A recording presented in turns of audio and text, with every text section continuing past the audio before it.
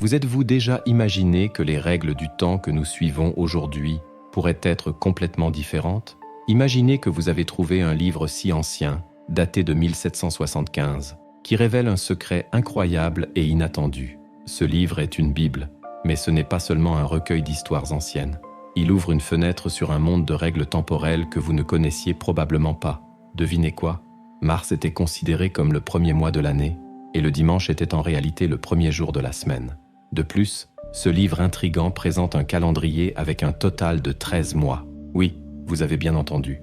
Le dimanche commençait la semaine, et celle-ci se terminait le samedi. Imaginez-vous en train de contempler une pièce d'un puzzle qui défie tout ce que vous savez sur les jours de la semaine et les mois de l'année. En plongeant dans ce livre, une question s'est posée. Pourquoi avons-nous changé? Qui a décidé que l'année commencerait en janvier et que le dimanche deviendrait simplement un jour parmi d'autres? Nos fêtes, comme Noël, ont-elles encore le même sens avec ces changements? Et si les anciens systèmes de comptage du temps étaient différents, comment cela aurait-il influencé nos célébrations et notre façon de vivre? Je me suis lancé dans une fascinante exploration pour comprendre ces changements, et j'ai découvert qu'il y avait beaucoup plus de secrets cachés dans ce livre qu'on ne le pensait. Est-il possible que des secrets anciens aient façonné notre vision du monde actuel? Venez avec moi et dénouons ensemble ce mystère historique. Si vous êtes aussi curieux de découvrir comment un livre de 1775 peut transformer notre vision du temps et des fêtes que nous célébrons. Avez-vous déjà pensé que les règles du temps que nous suivons pourraient être complètement erronées? Imaginez la surprise de découvrir que le dimanche, traditionnellement considéré comme le début de la semaine, pourrait en réalité être le dernier jour, et que le véritable jour de repos devrait être le samedi. Cette révélation ne remet pas seulement en question nos normes culturelles et religieuses, mais elle pourrait aussi avoir un impact profond sur la façon dont nous vivons et célébrons nos traditions. Réfléchissez à cela. Le fait que le dimanche soit le premier jour de la semaine pourrait être totalement en décalage avec les anciennes pratiques et croyances. Astrologiquement, c'est encore plus significatif. Les jours de la semaine sont associés à des énergies spécifiques des corps célestes, et ce changement de calendrier pourrait perturber le flux cosmique qui influence nos vies. Pour les passionnés d'astrologie, ce n'est pas seulement une curiosité, mais une question fondamentale qui pourrait remettre en cause les bases de leur pratique. Qui a été responsable de la modification de notre semaine? Peut-être que cela a été un processus graduel, influencé par des changements au sein des autorités religieuses et séculières au fil des siècles, ou bien une décision délibérée pour aligner les pratiques contemporaines sur de nouveaux standards. Un exemple frappant est celui de Constantin, qui a transféré le jour d'adoration au jour du soleil, dimanche, pour intégrer les pratiques païennes aux traditions chrétiennes. Cela a transformé le dimanche en un jour d'adoration avec des racines païennes, et il semble maintenant y avoir une divergence entre notre structure temporelle moderne et les archives historiques. Et qu'en est-il de nos festivités? Des fêtes comme Noël et Pâques ne sont peut-être plus en phase avec leurs intentions originelles ou les saisons de l'année. Est-ce qu'un réalignement avec le calendrier historique pourrait nous rapprocher des principes spirituels qui se sont perdus au fil du temps? Est-ce qu'ajuster nos célébrations aux dates historiques pourrait restaurer une harmonie plus authentique avec la spiritualité et l'ordre cosmique? À mesure que nous explorons ces questions, nous devons envisager que de nouvelles perspectives pourraient émerger, révolutionnant notre compréhension du temps, de la spiritualité et de notre rôle dans le cosmos. Cette exploration pourrait être bien plus que fascinante. Elle pourrait être profondément transformative. Alors, qu'est-ce qui nous a poussés à aligner notre temps sur les corps célestes d'une manière qui semble aujourd'hui étrange?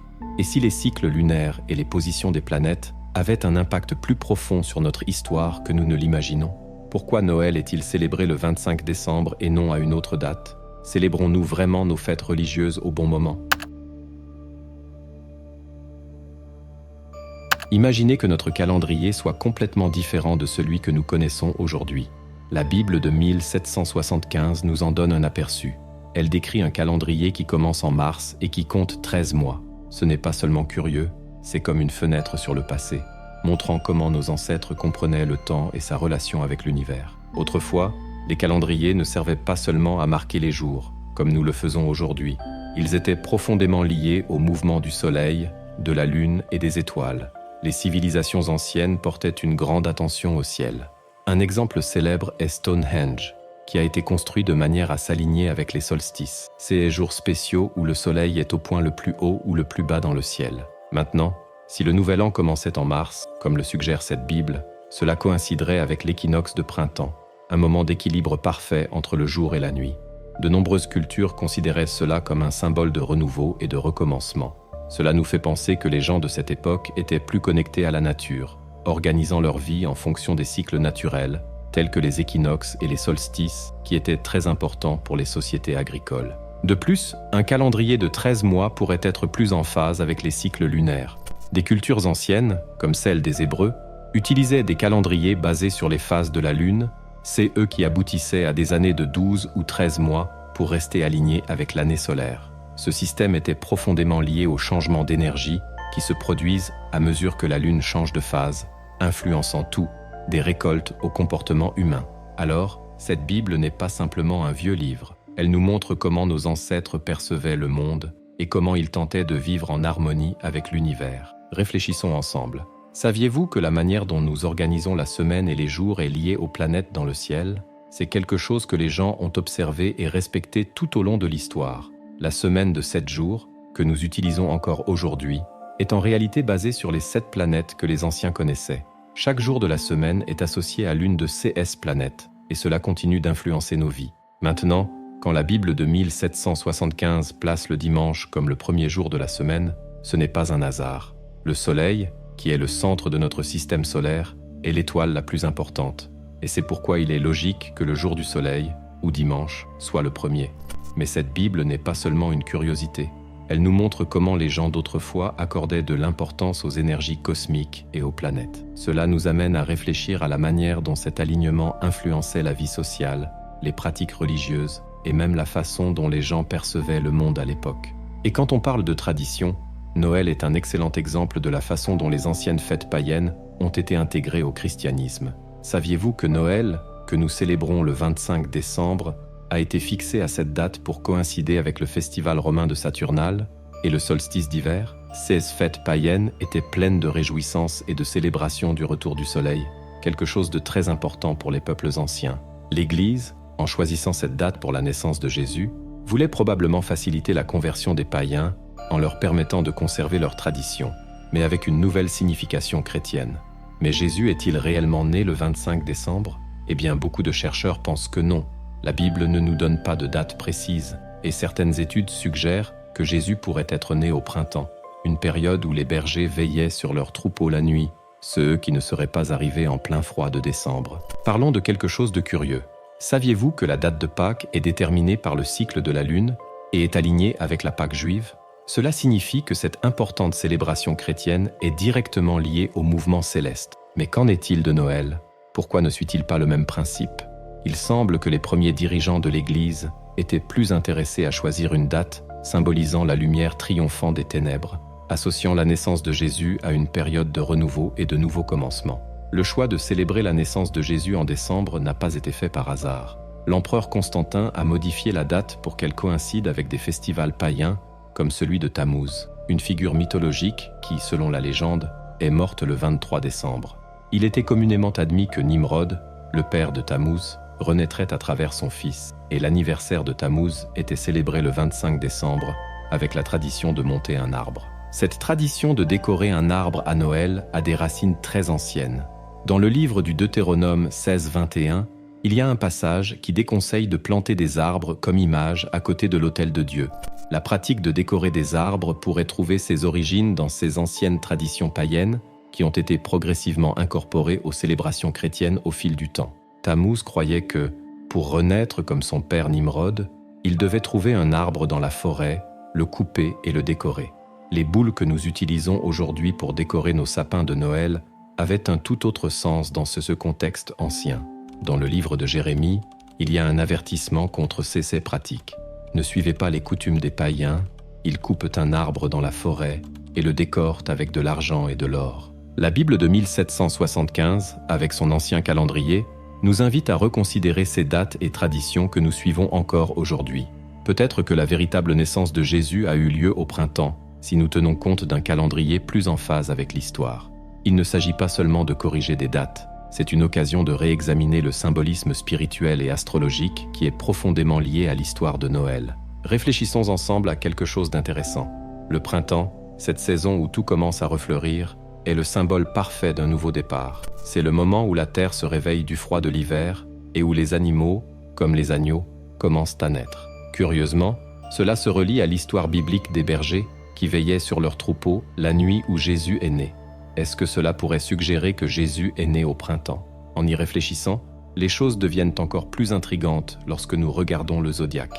Le printemps commence sous le signe du bélier, le bélier, qui symbolise la leadership et les nouveaux commencements. Cela nous amène à nous demander, et si la naissance de Jésus, se produisant vraiment à cette époque, était un signe d'une nouvelle ère, s'alignant avec ce symbole de renouveau et de sacrifice? L'équinoxe de printemps, ce moment où le jour et la nuit ont la même durée, offre également une puissante métaphore de la dualité de Jésus, à la fois humain et divin, en parfait équilibre. Cette harmonie dans la nature pourrait symboliser l'équilibre spirituel que Jésus a apporté au monde. Maintenant, imaginez si nous déplacions la célébration de Noël au printemps. Cela ne changerait pas seulement notre compréhension des textes bibliques, mais donnerait aussi un nouveau sens à la naissance de Jésus, coïncidant avec l'augmentation de la lumière et la fin des ténèbres de l'hiver. Les thèmes de renaissance et de résurrection, si centraux dans la foi chrétienne, s'aligneraient parfaitement avec le réveil de la nature au printemps. Parlons d'un sujet vraiment intéressant. Saviez-vous que le calendrier que nous utilisons aujourd'hui n'a pas toujours été comme ça? En l'an 45 avant J.C., Jules César a apporté un grand changement avec le calendrier julien, modifiant complètement la façon dont nous comptons les jours. Avant cela, le calendrier était basé sur la Lune, mais Jules César a décidé d'utiliser un calendrier solaire, allongeant l'année de 355 ET 365 jours. Bien que plus précis, ce nouveau système accumulait encore une petite erreur tous les 128 ans. Et voici la partie curieuse. Il existait un calendrier de 13 mois qui était plus en phase avec les cycles naturels, mais il a été abandonné. Mais pourquoi cela s'est-il produit? La réponse réside dans les besoins pratiques et politiques de l'époque. La société romaine devenait de plus en plus complexe et avait besoin d'un système temporel plus prévisible pour organiser les festivals, les cycles agricoles et même la collecte des impôts. De plus, les empereurs manipulaient souvent le calendrier pour prolonger leur mandat ou pour insérer leurs propres festivités. Au fil du temps, ces petits changements ont conduit à des révisions majeures dans la manière dont nous mesurons le temps. Maintenant, pourquoi le calendrier de 3 mois, qui était plus en harmonie avec les cycles lunaires, a-t-il été abandonné? Il est possible que ce changement nous ait déconnectés d'une époque où le ciel nocturne jouait un rôle beaucoup plus important dans la vie des gens. La transition d'un calendrier de 3 mois à un calendrier de 12 mois est quelque peu mystérieuse, et les archives historiques ne nous donnent pas toujours toutes les réponses. Une théorie suggère que l'Église et les autorités de l'époque voulaient s'éloigner des calendriers lunaires pour réduire l'influence des traditions païennes, qui étaient fortement liées aux phases de la Lune. De plus, le nombre 3 est perçu avec superstition dans plusieurs cultures, ce qui pourrait expliquer pourquoi ils ont décidé de supprimer ce mois supplémentaire pour éviter cette association. Et ce n'est pas tout. Les cycles menstruels des femmes, souvent perçus avec crainte ou mépris, ont peut-être contribué au rejet de ce calendrier de 3 mois. Si ce calendrier, plus en phase avec le rythme cosmique, avait été maintenu, nous aurions peut-être aujourd'hui une connexion plus profonde avec les cycles naturels. Mais comme notre calendrier moderne se désaligne du cycle lunaire d'environ 1 jour par mois, cela a peut-être créé une déconnexion entre la société et les rythmes naturels, affectant tout, de l'agriculture à notre santé mentale et spirituelle. Pensez-y. Des fêtes religieuses comme Noël et Pâques ont été fixées à des dates qui ne correspondent peut-être plus aux saisons de l'année qu'elles étaient censées célébrer à l'origine. Un calendrier qui n'est pas en harmonie avec le cosmos pourrait avoir des effets plus profonds que nous ne l'imaginons. Les pratiques agricoles, autrefois en accord avec les rythmes lunaires, dépendent maintenant d'un calendrier imparfait, ce qui a pu nous mener à des pratiques moins durables et moins harmonieuses avec la Terre. Et sur le plan spirituel, l'impact peut être encore plus subtil, mais tout aussi important. Si les jours sacrés sont mal datés, c'est comme si nos prières et célébrations étaient légèrement en décalage avec l'univers. Ce n'est pas une question de foi ou de dévotion, mais plutôt une réflexion sur la façon dont notre connexion avec le temps et les cycles naturels peut influencer l'énergie collective et la spiritualité de chacun d'entre nous. Nous arrivons à la fin de cette incroyable aventure à travers le temps, et je tiens à remercier de tout cœur chacun d'entre vous qui est resté avec moi jusqu'ici. Vous n'avez pas seulement regardé une vidéo, mais vous avez embarqué dans une véritable aventure historique, dévoilant des mystères cachés dans les pages d'une ancienne Bible de 1775. Imaginez-vous dans une vieille bibliothèque, entourée de l'odeur des livres anciens, feuilletant avec précaution une Bible séculaire. Chaque page que nous avons explorée ensemble a révélé des secrets qui remettent en question tout ce que nous pensions savoir sur le temps, les calendriers et les traditions que nous suivons.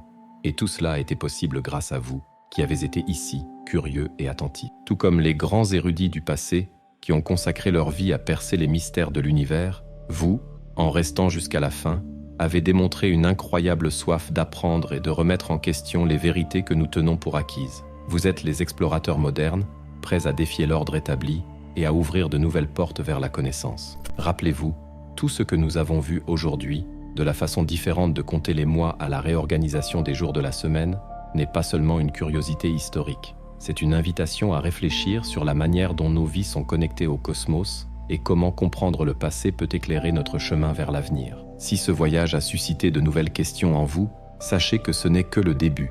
La véritable valeur de la connaissance réside dans le fait de la partager, de la discuter et de l'utiliser pour construire un monde plus conscient. Alors, je vous invite à continuer cette conversation dans les commentaires, à partager vos opinions et à explorer encore plus ces révélations fascinantes. Et si vous avez apprécié cette vidéo, n'oubliez pas de laisser un like et de vous abonner à la chaîne. Votre participation est essentielle pour que nous puissions continuer à vous proposer des contenus aussi intéressants que celui-ci. En vous abonnant, vous rejoignez une communauté de chercheurs de vérité, prêts à explorer chaque mystère et chaque découverte que le temps a à offrir. Merci beaucoup de faire partie de cette aventure. Vous êtes la raison pour laquelle nous continuons à enquêter, à découvrir et à partager ces histoires qui défient le temps et la logique. Et avant de partir, ne manquez pas ces 2 vidéos que j'ai spécialement sélectionnées pour vous. Elles regorgent de connaissances et de découvertes fascinantes que vous allez adorer, j'en suis sûr. Cliquez sur l'une d'elles et poursuivez votre quête de sagesse et de connaissances avec les contenus passionnants que nous avons préparés pour vous.